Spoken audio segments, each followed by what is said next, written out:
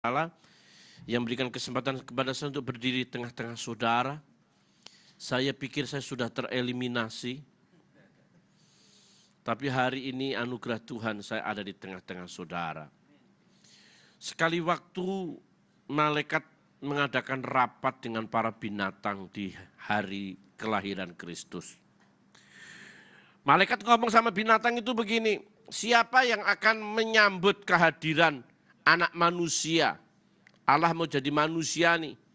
Siapa yang akan menyambutnya? Pertama-tama yang paling sombong itu singa. Sayalah raja hutan yang berhak menjaga anak manusia, sang Mesias itu. Siapa mendekat, nanti saya akan mengaum. Malaikat bilang begini, kalau kamu yang jaga, orang mau besuk ketakutan. Kamu tidak layak. Singa kecewa, singa mundur. Gajah ngomong begini, satu-satunya binatang yang layak adalah saya. Badan saya besar. Siapa akan macam-macam sama bayi ini, saya injak jadi rempeyek. Tapi malaikat itu bilang gini, kamu tahu nggak bayi itu terlalu kecil buat kamu. Apalagi kalau kamu jalan nggak ngelihat, orang bisa keinjek. Belum pernah mendengarkan bayi Yesus keinjek gajah? Belum. Minggirlah kau, minggir. Anjing. Sayalah, mereka itu binatang nggak pakai otak, sayalah yang pakai otak. Karena saya ini adalah binatang yang setia terhadap majikan dan itu sudah dikenal. Kalau sampai ada orang mau mengganggu Mesias, bayi Kristus ini, saya akan menggonggong dan saya akan gigit dia. Malaikat berkata, bayi ini terlalu kuat, tidak butuh bantuan manusia. Kamu tidak layak. Ditanyalah domba, kambing, dan keledai ada di sana. Kenapa kamu tidak mengajukan untuk terlibat dalam menyambut kelahiran Mesias? Itu domba, kambing, saya tidak tertarik. Saya pasti tereliminasi. Apalagi kambing. Saya seringkali dibawa orang kalau ngomong berantem dikit-dikit. Dasar kamu kambing bandot, loh nama saya dibawa-bawa. Dasar kamu bodoh seperti keledai. Saya ngikut aja, saya tidak tertarik, tidak layak lah, tidak punya kemampuan apa-apa. Apalagi domba tidak ada suaranya. Tetapi malaikat itu berkata, justru yang tidak menganggap tidak layak inilah yang berhak menyambut Mesias. Oleh sebab itu Yesus lahir di kandang domba, bukan kandang macan atau kandang gajah. Dalam menyambut kelahiran Kristus, dalam menyambut Natal, itu bukan persoalan lahiriah, tapi batiniah kita. Kita memprepare Natal itu menjadi sesuatu yang luar biasa. Yohanes 1 ayat 14 mencatat sebuah kebenaran penting. Yohanes 1 ayat 14, firman itu telah menjadi manusia dan diam di antara kita. Dan kita telah melihat kemuliaannya, yaitu kemuliaan yang diberikan kepadanya sebagai anak tunggal Bapa, penuh kasih karunia dan kebenaran. Firman itu telah menjadi manusia. Saudaraku yang kekasih dalam Tuhan, Natal adalah sebuah peristiwa besar yang Allah bisa kerjakan dan lakukan yang paling hebat. Kalau menciptakan langit dan bumi serta segala isinya, hanya sepatah kata. Jadilah terang, jadi. Cakrawala, jadi. Sepatah kata. Kalau hanya ingin membelah laut Kolsom, sepatah kata jadi. Musa, angkat tongkat. Angkat tongkat, laut terbelah. Besok saya ke Israel nih. Tapi dari berita ada berita, ada badai salju ya. Nggak ada salju aja gitu udah begini kok saudaraku. Apalagi saya lagi sakit harus baptis orang, itu Sungai Yordan itu airnya cairan es Hermon. Kita mandi aja pakai air panas. Itu baptis sampai begini saudara. Orang dibaptis kepalanya belum masuk, dia udah nempel tuh naik lagi. Waduh ampun saudara. Kalau saudara lihat video begitu di YouTube, saya masukin semua di YouTube. Ya. Kalau saya di Israel itu saya kepengen cuma cari tongkat Musa aja sih. Kalau ketemu tongkat Musa itu enak saudara. Apalagi Jakarta ini semakin macet ya. Mau Jokowi, mau Jokowi kayak macet aja dah. Jangan disalahin. Nggak ngerti gubernur yang lalu-lalu itu kerjanya apa sih. Gila bener loh. Kalau kita dapat tongkatnya Musa, kita macet, kita begini. Jalanan terbelah, kita lewat tengah. Oh, saudaraku. Enak itu. Tapi kalau sampai saya dapat tongkat Musa, yang saya kerjakan cuma satu, saya selalu berdiri di depan ATM. Shoot, ATM terbelah, wah enak itu saudaraku. Kita jangan di ATM BCA Mandiri kecil tuh, kita di Citibank yang dalamnya dolar semua, zut terbelah, wah enak itu. Dolar udah hampir mencapai 12.000 ya Pak ya, wah. Ini persis waktu zaman hampir kerusuhan. Saya ke Israel tuh pas 12.000 juga waktu itu. Kalau hanya mendatangkan api dari langit, gampang Tuhan. Lihat mau turunkan api, turun itu api.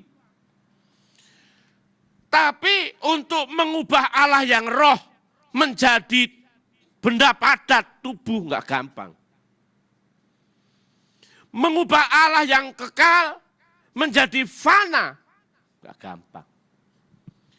Mengubah Allah yang maha menjadi Allah yang biasa saja, yang unlimited menjadi limited. Gak gampang. Orang gak bisa ngerti bagaimana firman itu menjadi daging. Gak bisa. Karena harus diakui, gak bisa Allah yang roh itu menjadi manusia. Agama manapun gak bisa ngerti.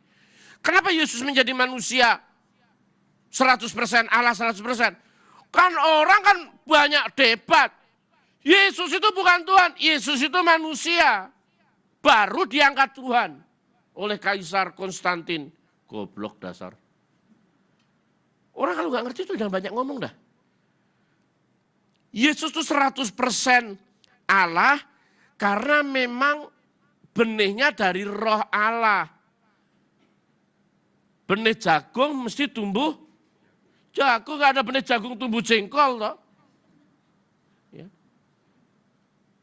Monyet pasti melahirkan monyet, nggak ada monyet melahirkan kambing, nggak ada. Karena dia pinjam rahimnya manusia, Maria, maka Maria itu manusia yang melahirkan manusia 100%. Benihnya Allah, roh Allah. Di kitab suci manapun juga itu diakui. Di kitab suci agama lain pun diakui itu dari roh Allah. Enggak ada campur tangan Yusuf, apalagi kayaknya Yusuf itu bukan perjaka ting-ting. Kalau Maria bener-bener ting-ting. Kalau Yusuf tong-tong.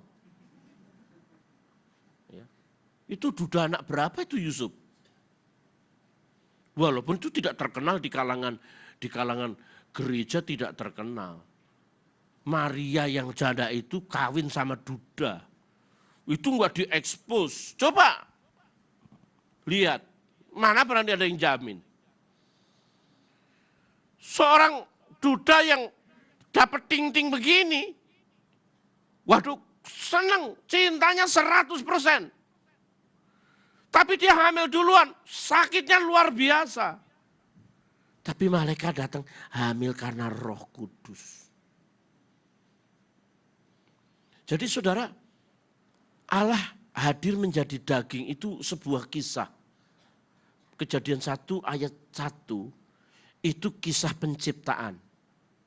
Tapi Matius 1 ayat 1, Yohanes 1 ayat 1 adalah kisah sang pencipta. Amin saudaraku. Inilah silsilah Yesus Kristus, anak Daud, anak Abraham. Itu silsilah sang pencipta, ini silsilah ciptaan. Jadi harus diakui saudaraku, kenapa Yesus mau menjadi daging? Supaya dia bisa merasakan apa yang daging rasakan. Ibrani 2 ayat 14. Yesus itu menjadi daging dan mendapat bagian dari keadaan daging itu. Jadi apa kebutuhan daging itu Yesus sudah tahu. Jadi kita nggak usah khawatir karena kebutuhan daging itu sudah dipenuhi oleh Yesus. Daging kebutuhannya apa? Sakit. Yesus ngalami sakit di paku, itu sakit. Ditemukan paku yang dipakai untuk memaku tangan Yesus itu 20 cm. Pakunya tebal. Kalau saudara buka YouTube sekarang banyak penemuan-penemuan hebat. Itu saya tulis di Facebook saya juga. Timotius Bakti Sarono, itu nama Facebook saya. Ditemukan bait Allah, tabernakelnya Musa bertemu. Darah Yesus menetes. Wih, luar biasa saudara. Jadi penyakit itu sudah di Yesus tanggung. Jadi kita nggak berhak untuk mengalami sakit. Kalau sakit, percayalah bilur-bilurnya telah menyembuhkan. Karena Yesus tidak pernah mengalami sakit apa yang kita rasakan, tidak pernah. Mana ada cerita Alkitab sesudah Yesus batuk-batuk? Enggak ada. Yesus tidak bisa melayani karena dia habis kerokan masuk angin sungai Danau Tiberias. Enggak ada itu saudara. Tubuh dia sempurna, perfect. Kalau dia ngalamin sakit bukan karena dia, tapi karena dia disalibkan. Itu baru sakit. Sehingga saudaraku dia berhak menyembuhkan kita. Dan seluruh pribadi dan aksesoris yang ada di dalam diri Yesus itu mampu memulihkan keadaan fisik yang sakit, yang lemah. Ratu Helena abad keempat itu membongkar Golgota dan mencari salib, ditemukan 3 salib. Tapi karena sudah 400 tahun lebih, maka tidak diketahui salib yang mana yang menjadi salib Yesus. Tapi Ratu Helena tahu bahwa Yesus itu selalu menolong orang-orang sakit. Carilah orang sakit, suruh berjalan dan kemudian memegang salib. Dan rame-rame orang yang sakit itu memegang salib pertama tidak terjadi apa-apa. Salib kedua tidak terjadi apa-apa. Dia pegang salib ketiga, orang-orang buta melihat. Orang-orang yang timpang bisa berjalan. Orang-orang yang sakit pegang salib itu sembuh seketika. Hebohlah di Israel zaman Ratu Helena. Pesiara-pesiara yang datang di Israel semuanya diizinkan pegang salib. Wah, orang-orang kesembuhan mujizat terjadi. Itu salib Yesus. Tapi karena dasar manusia, dia ingat saudaranya yang di rumah tidak bisa datang. Ketika dia pegang salib, dia congkel itu salib. Dia bawa congkelannya. Dia kenain orang, sembuh. Jadi setiap pesiara yang datang dikit-dikit congkel, dikit-dikit congkel. Salib yang gede itu jadi kecil. Wah, tidak sopan tuh. Ratu Helena marah. Nggak boleh begini nih. Setiap pesiara tidak boleh pegang salib. Harus mencium. Kalau Katolik itu biasanya cium, saudara. Cium. Jadi cium. Itu seluruh dunia begitu juga kok. Jadi kalau ini marmer Yesus dimandikan, ini marmer Yesus dimandikan ya. Orang-orang pasti datang pertama kali langsung cium begini. Nangis sesenggukan. Yang pertama kali datang di Israel loh, yang pertama kali lihat tempat marmer di mana Yesus dimandikan. Dia pegang aja udah dingin kan. Kalau di situ tuh urapannya sudah natural. Natural.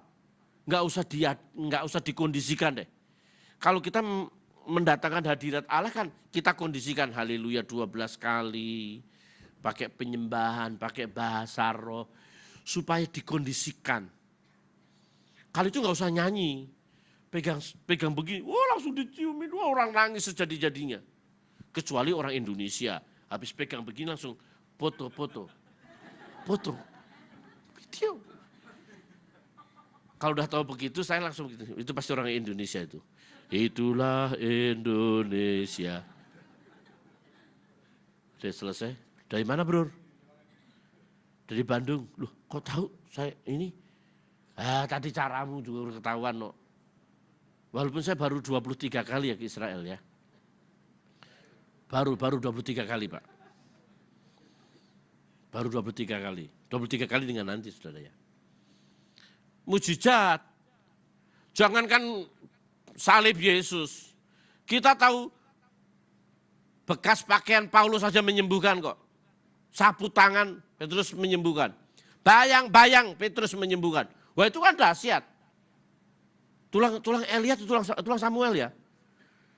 Tulang Samuel saja ada orang mau dikubur gelundung. Tahu gelundung? Waktu gelundung apa ya? Guling. Yang gelundung itu jatuh dan kemudian guling. Kena tulang,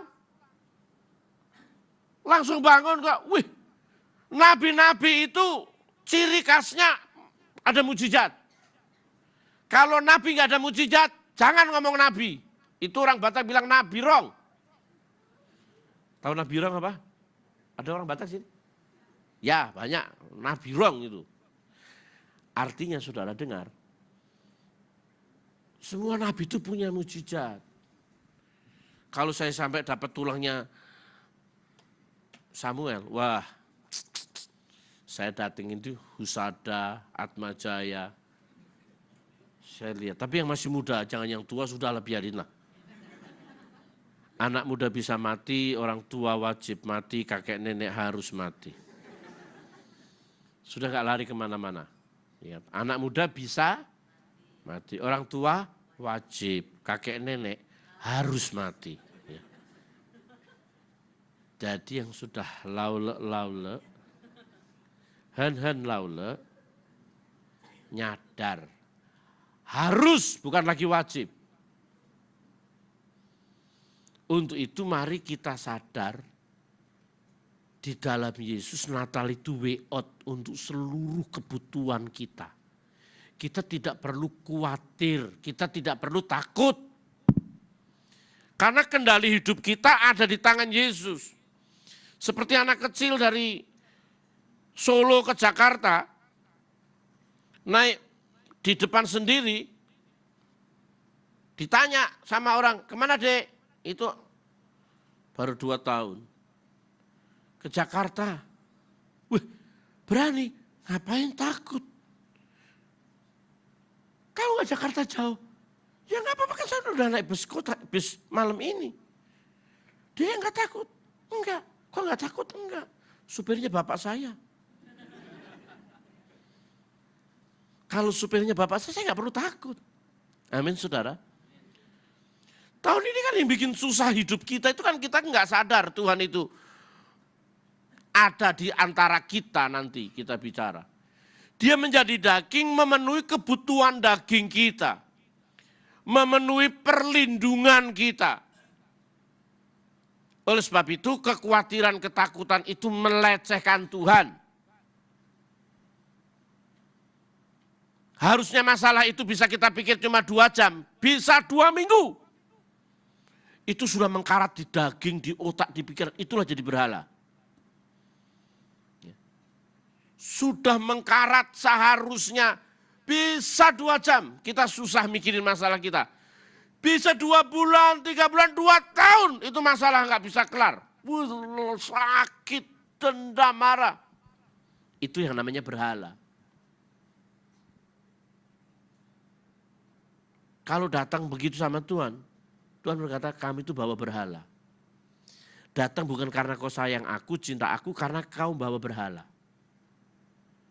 Kita tahu Alkitab berkata, Matius 11 ayat 8 kan, mari kepadaku kami yang letih lesu dan berbeban berat, aku akan memberikan kelegaan.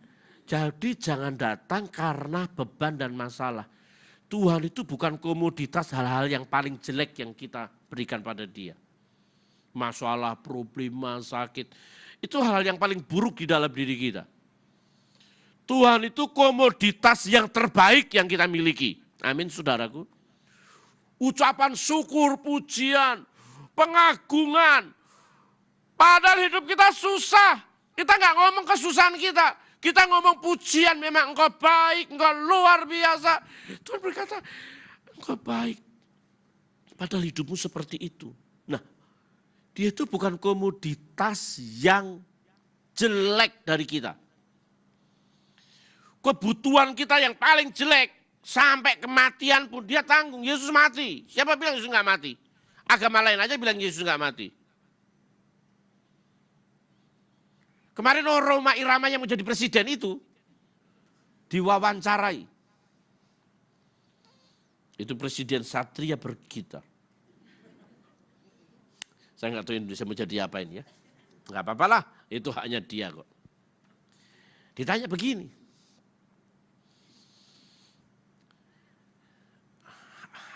Bang Roma sadar nggak? Jadi pemimpin itu nanti diledek, diejek. Dia sebutkan ayat Qur'annya, Rasulullah saja dihina. Apalagi Nabi Isa dihina sampai disalibkan.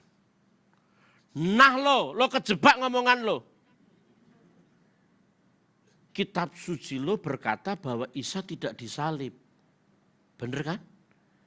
Yang disalib itu Yudas. Yang disalib itu murid, salah satu murid. Itu akan jadi bumerang itu saudaraku yang kekasih. Yesus mati.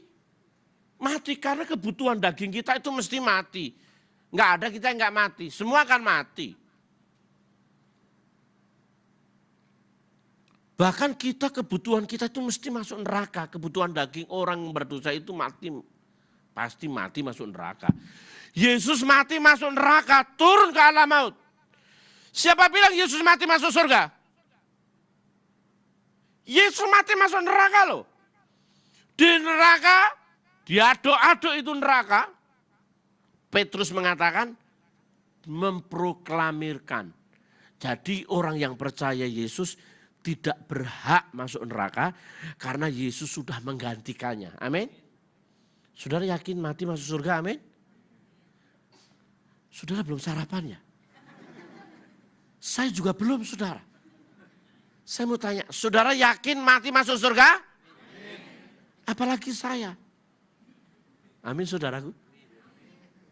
Senyuman saudara meragukan itu. Saudara yakin masuk surga? Amin. Apalagi saya. Saya lebih yakin lagi. Dengan kelakuan saudara seperti itu, saudara yakin masuk surga? Nah, mulai ragu-ragu Pak, cuma aminnya di depan ini. Dengan cara membaca Alkitab saudara begitu, doa saudara begitu, ibadah saudara begitu, saudara yakin masuk surga? Masuk surga bukan kelakuan bro, masuk surga karena iman. Amin. Soal kelakuan itu belakangan. Kalau lo masih jahat, apa yang lo tabur, lo tuai. Tapi kalau orang imannya benar, kelakuannya pasti benar. Amin saudaraku. Kita pasti jamin masuk surga. Karena apa? Yesus sudah menggantikan masuk neraka. Udah mati masuk neraka itu. Sehingga harus diakui saudaraku yang kekasih di dalam Tuhan Yesus Kristus. Supaya kita itu dekat. Karena Yesus itu jadi daging. Yesus Allah itu menjadi ras manusia. Ras. Karena sesama daging kita bisa akrab. Kan kita nggak bisa akrab dengan makhluk roh kan? Siapa yang bisa akrab sama kuntilanak?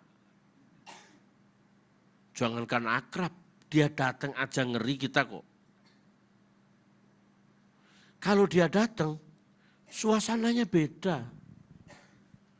Waktu di Bali dibom dulu, Amrosi, saya kan 3 bulan kemudian kan di Bali. Itu tidak ada satupun hotel yang laku. Hotel itu turun cuma 50.000. Hotel mewah di Lovina itu 50.000. 50.000 semalam bagi kantong Pendeta Timotius kecil dong. Senyum loh Pak itu Pak, cuma senyum. Saudara pikir pendeta yang khotbah ini kemasukan roh gembelisme. Saya tidur sendiri saudaraku, 50.000. Asisten, sekretaris, masing-masing satu kamar. 50.000, kalau itu 200.000 per kamar mikir 2 kali kan. Ya bagi saudara 200.000 juga nggak mikir, kalau saya mikir, 50.000 nggak mikir. Bahaya. Jam 3 pagi, Lea lewat Lea. Tahu Lea saudara? Lea itu hantunya di Bali. Kalau Jawa itu kuntilanak. Kalau di Cina itu vampir. Tapi memang harus diakui ya, dari setannya saja, dari hantunya saja, kalau dijejerin seluruh dunia, yang paling jelek itu hantunya Indonesia loh. Hantu Eropa itu pakai jas, ya, pakai sayap, cuma jeleknya pakai ini gini. Hantu Cina itu pakai pakaian kerajaan yang begini nih, rapi. Hantu Indonesia sundel bolong. Aduh, dari hantunya aja yang paling jelek Indonesia loh, gila bener kan? Dari segi hantu aja paling jelek Indonesia. Kita nggak bisa akrab. Siapa bisa akrab sama binatang? Udah beda kan? Kalau kita akrab sama Tuhan, karena dia sudah menjadi daging bagi kita. Dan kita bisa intim, bisa dekat, bisa lekat, bisa tahu maunya dia apa. Suami istri intim karena satu daging. Kalau satu daging maka lama-lama suami istri itu ya, percaya nggak percaya ya. Suami istri itu lama-lama wajahnya mulai berubah, ada kemiripan. Kalau udah lama ya.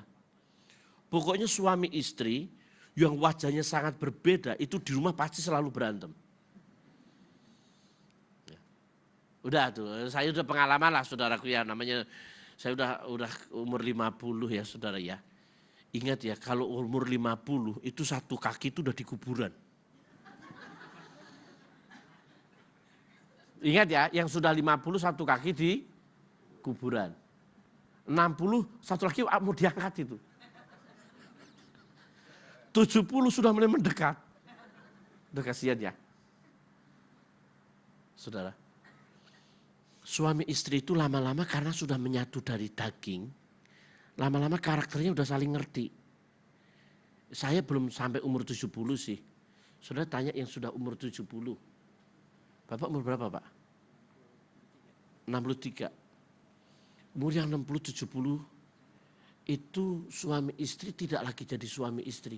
Kayak sudah jadi teman. Kayak jadi teman ya Pak ya. Udah jadi teman. Karena udah ngerti.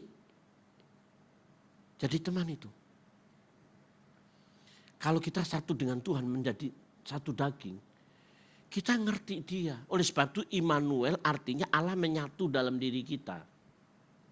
Kalau menyatu di dalam diri kita, waduh saudara, nikmat. Desember tahun lalu seperti ini, saya ada di Jambi. Di tempatnya Pak Elbi Pak. Atau Pak Elbi ya. Dari Senin ketemu Senin, KKR per setiap daerah. Naik speedboat itu saudara, 3,5 jam. Tubuh saya ini kan manja, naik mobil, turun mobil. Naik motor juga jarak dekat. Naik speedboat, itu kecepatan kenceng sekali. Sampai kalau kita keluar begini, bibir kita gitu saudara. Wah gila itu saudara. Wih, itu 3 pendeta di situ, 4 song leader, pemusik, semua lengkap. Kita ngobrol A, B, C, D, kakak, cekiki, main handphone, BB semua. Rupanya batang hari kan besar itu saudara. Kena baling-balingnya itu kena balok. Enggak bisa ngangkat. Itu mau kebalik itu saudara. Waktu mau kebalik, tipis mau mati begitu. Baru orang mau, Yesus tolong, darah Yesus. Termasuk saya. Ya memang tidak ada kepalsuan di dalamnya saudara ya. Kalau kita ketemu sesama pendeta kan kita nggak selalu ngomong tentang wah Injil kebenaran. Kecuali kalau kita baru ketemu sekali-kali kita ngomong kebenaran. Wah itu udah ketemu sekali kita ngomong main BB apa gitu ya. Waktu mau kembali udah Yesus, Yesus tolong, Yesus. Wah saudara antara mati dan hidup itu tipis loh. Aduh saya masuk angin bener itu saudaraku. Nyampe di tempat 3,5 jam. Sudah lapar tuh saudara. Saya berharap segera disiapkan makanan.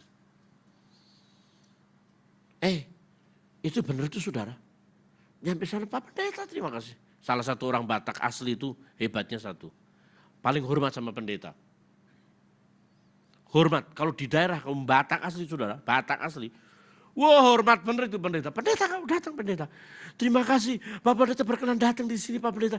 Mari kami sudah siapkan makan. Wah saya udah gak ABCD saudara. Mari kita berdoa. Doanya juga singkat. Kami sambut makanan ini. Amin. Itu orang kelaparan keterlaluan lebay itu Ngambil nasi itu saudara ya. Ini enak pendeta. Saya ambil daging saudara. Ini daging apa bu? Anjing. Waduh. Sudah mengambil, saya tarik lagi saudara. Tapi ibu ini pintar, daging anjing itu bisa jadi rendang. Bisa macam-macam deh. Tapi semua tetap anjing. Dia nanya, Pak Pendeta gak suka anjing ya? Saya ngomong gak suka, gak enak. Tapi ngomong saya suka, saya gak bisa makan. Ada gak yang sayur? Itu ada Pak Pendeta. Kan gak mungkin, sayurnya anjing juga. Saya tidak bisa membayangkannya. Kalau tiap hari orang makannya anjing, maka lama-kelamaan keringetnya bau anjing. Dia tidak mungkin digigit anjing. Karena sesama anjing dilarang menggigit. Kenapa? Karena dia sudah menyatu tiap hari makanannya anjing. Ketika dia lewat, ada herder lewat. Herder ngomong, teman gue kok tambah tinggi. Karena dia menyatu dengan anjing itu loh saudaraku. Tell me what you eat and I tell you what you are. Katakan padaku apa yang kau makan, aku akan mengatakan padamu siapa engkau. Saya biasa diajak makan orang-orang kaya itu makan di Hilton. Sekarang bukan Hilton, Sultan. Sheraton.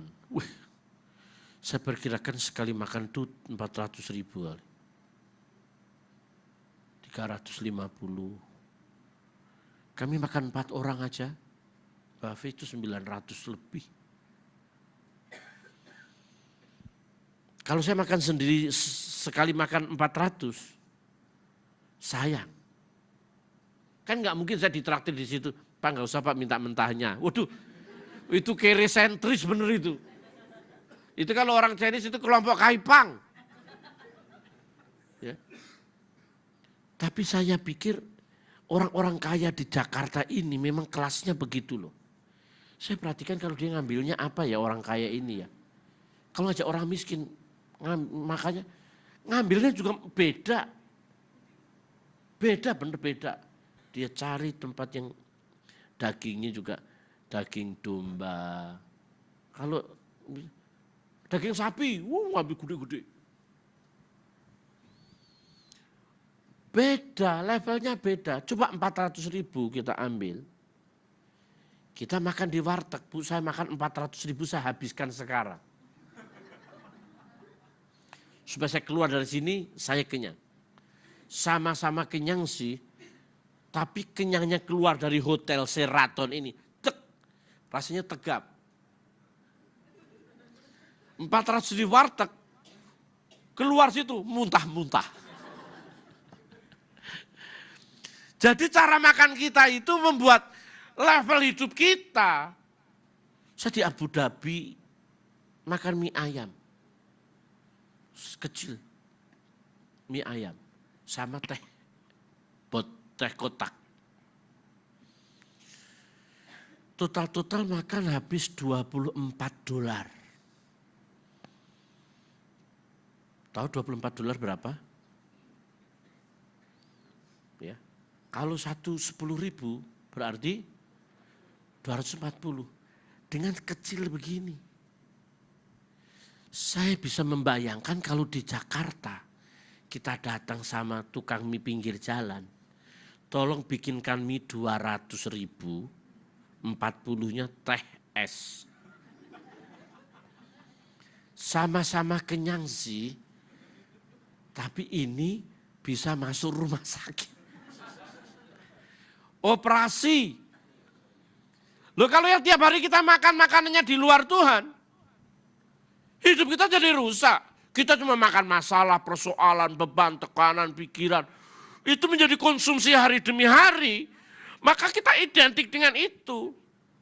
Berbeda kalau kita menikmati makanan yang datang daripada Tuhan. Hidup karena firman itu.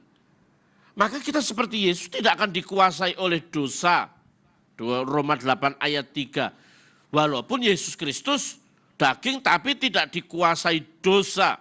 Sama itu 2 Korintus pasal 5 ayat 21. Saudara, dia diam di antara kita. Ini saudara, ini penting. Dia diam di antara kita. Jadi Tuhan tidak menempatkan dirinya di tengah-tengah malaikat-malaikatnya. Tapi dia diam di tengah-tengah kita.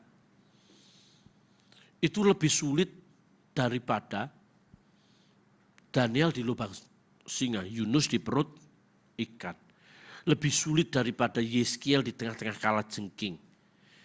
Lebih sulit dari kehidupan Pergamus yang di atas tahta iblis.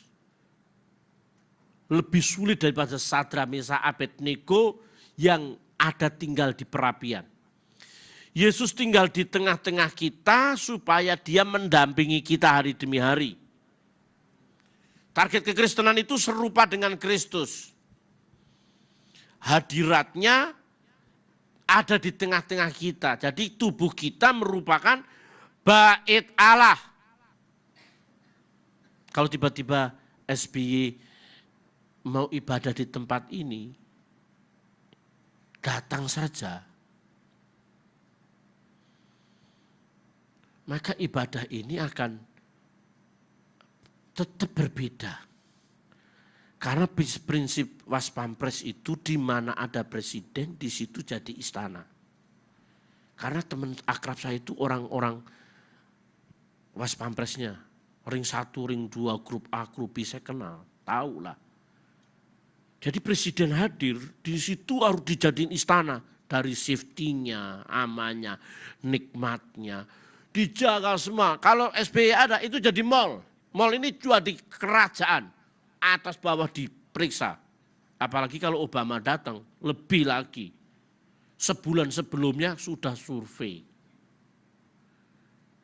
Bukan baru besok, sebulan sebelumnya sudah diatur. Kalau Allah ada di tengah-tengah kita, maka kita seperti, perhatikan, seperti kemah suci Tuhan.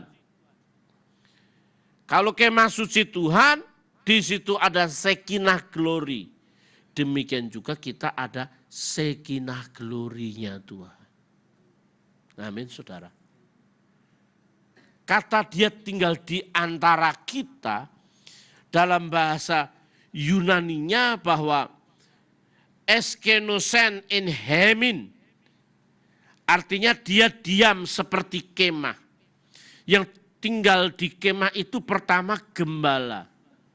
Gembala tinggal di tenda sederhana. Jadi Yesus mau tinggal dengan kesederhanaan kita. Yang tinggal di kemah itu adalah prajurit. Yesus mau tinggal seperti prajurit menyelesaikan tugasnya.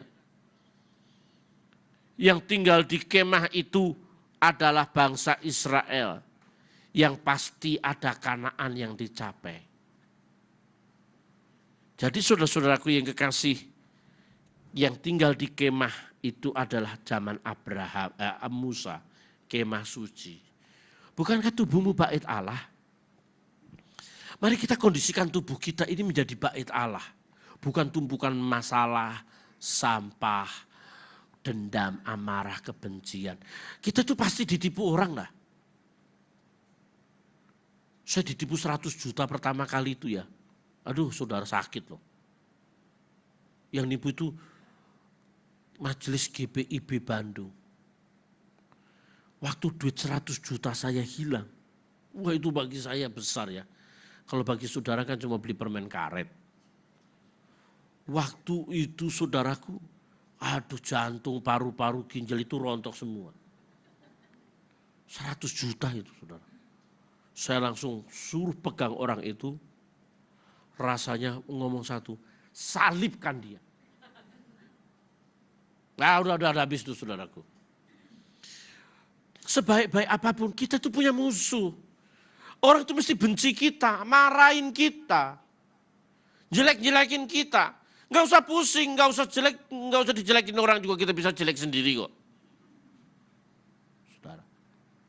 Tapi kalau kita ada hadirat Tuhan, ada kuasa Tuhan di sini, sudah pasti suasananya itu beda. Saya ke Purwodadi itu mendoakan orang rumahnya diganggu hantu 2 tahun penuh. Dan hantunya nakalnya setengah mati. Suami istri itu tidur, ranjang itu diangkat, digoyang-goyang. Jatuh. Kalau dia hantu itu masuk, itu ember bisa pindah, sikat gigi bisa pindah. Itu Enci itu ketakutan luar biasa. Panggil pendeta-pendeta. Nah kebetulan ketemu pendeta-pendeta yang banyak lagunya. Jadi pendeta itu jangan banyak lagunya, banyak nyanyinya.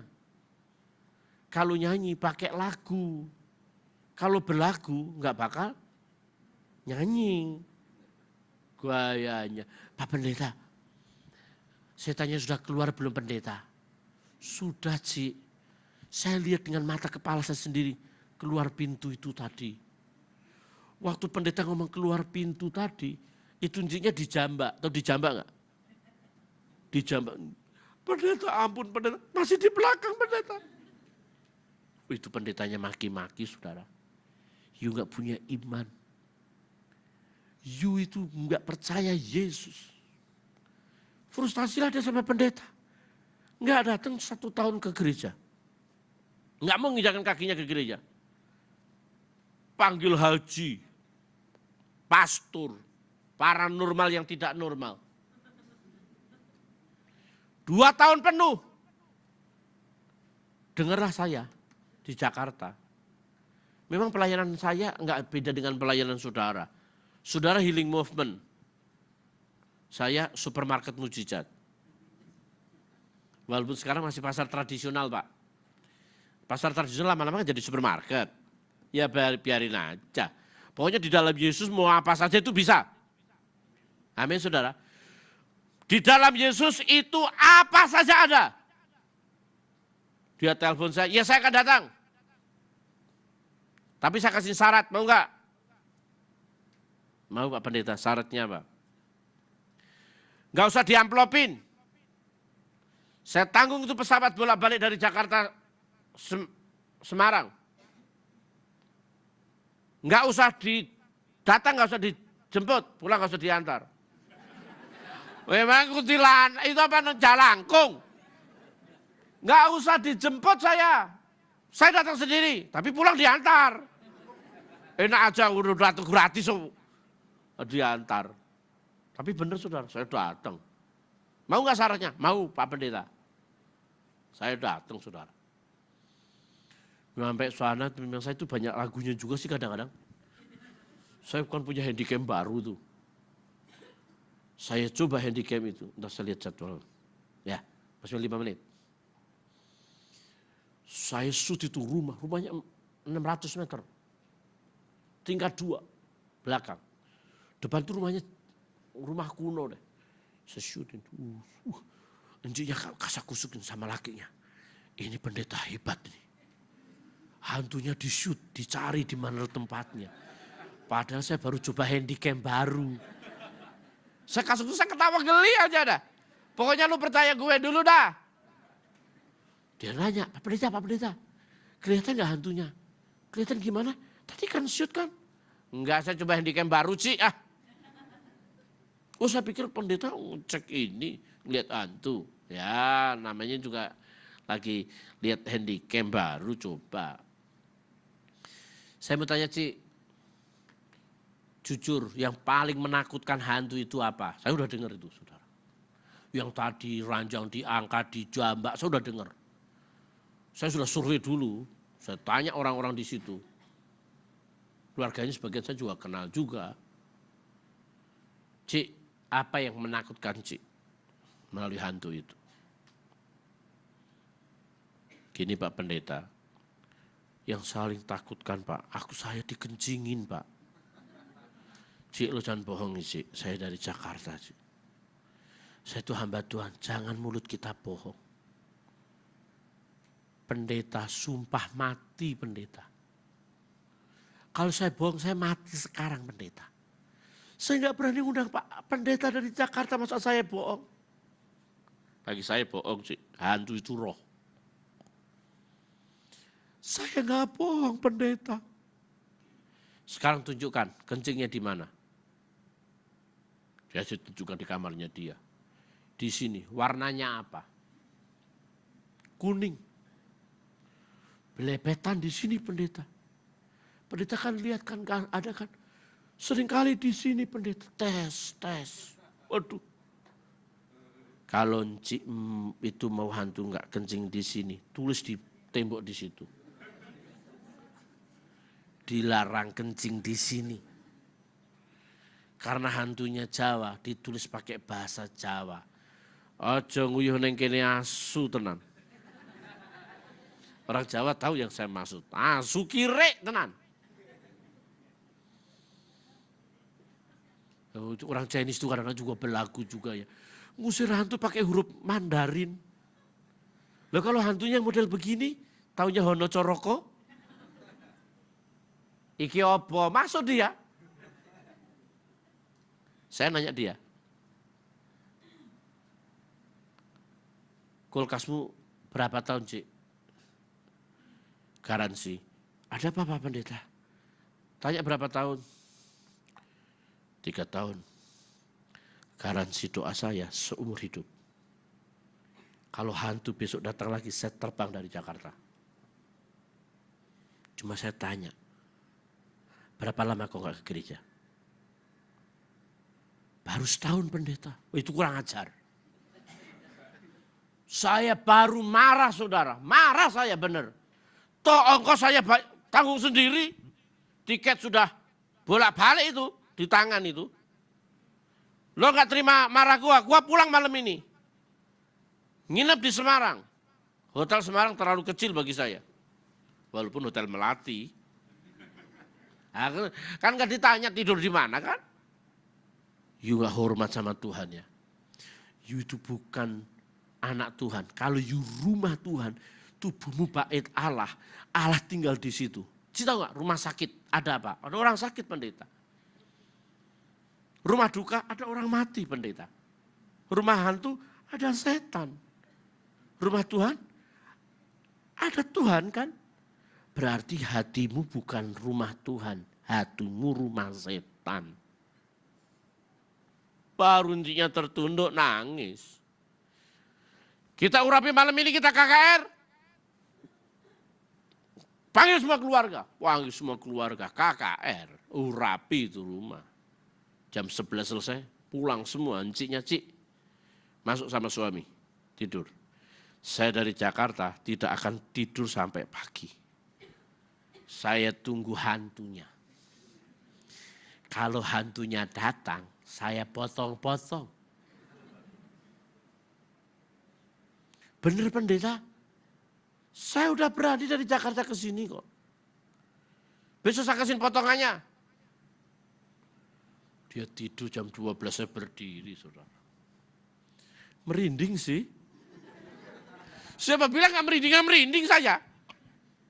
Hantu, hai, tunjukkan dirimu, ini wajahku. Gak berani nongol. Bukan muka saya karena lebih jelek dari hantu itu. Saudara jangan dulu hantu takut melihat muka saya, bukan. Sebab roh Allah ada di dalam diri saya, amin. Sampai pagi hantunya gak pernah datang, sampai sekarang juga hantunya gak datang.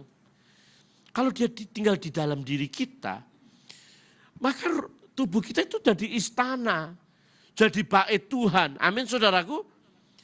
Kalau ada rumah Tuhan, ya ada Tuhan. Kita ngaku bait Allah dalam diri kita, tapi gak ada Allah. Itu malah petaka kita. Kegagalan kita, kemalangan, kemiskinan, kekecewaan kita tahun ini satu. Kita tidak menjadikan rumah kita ini bait Allah. Sehingga yang terakhir tentu tidak ada kemuliaan di dalam diri kita. Alkitab tadi mencatat bahwa kemuliaan diberikan kepadanya sebagai anak tunggal Bapa, penuh kasih karunia dan kebenaran. Biarkan kita hidup di dalam kasih karunia, anugerah, kebajikan, kemurahan selalu mengikutiku seumur hidupku. Jadi kita ketemu-temu juga orang baik. Jatuhnya baik aja deh. Naik motor, ban kempes, persis ditambal ban. Enak. Ya. Sakit, aduh sakit, persis di depan rumah sakit. Kerja, persis bosnya enak. Ya. Lapar, persis di depan restoran. Tapi punya duit. Kalau tidak punya duit itu cuma karunia penglihatan. Itu lebih sengsara itu orang lihat makan. Sementara perut lapar. Jangan pernah punya karunia penglihatan. Karunia menikmati kebajikan, kemurahan selalu mengikuti aku seumur hidup. Lagi lapar aja, lagi lapar. Tiba-tiba teman lewat. Udah makan belum? Yuk saya traktir makan yuk. Nah ini baru anugerah ini. Pokoknya hidup kita itu nikmat kalau kemuliaan ada. Kita bukan saja dibuat diberkati, tapi kita dimuliakan. Bukan saja dipulihkan tetapi juga dipulihkan aja kita udah bersyukur. Dipulihkan aja udah bersyukur. Sudah dipulihkan juga dipermuliakan. Amin. Tuhan berkati, beri tepuk tangan yang paling meriah Tuhan Yesus Kristus. Mari kita berdiri bersama-sama di hadapan Tuhan. Haleluya. Sembah dan puji Dia, sembah dan puji Dia. Sembah dan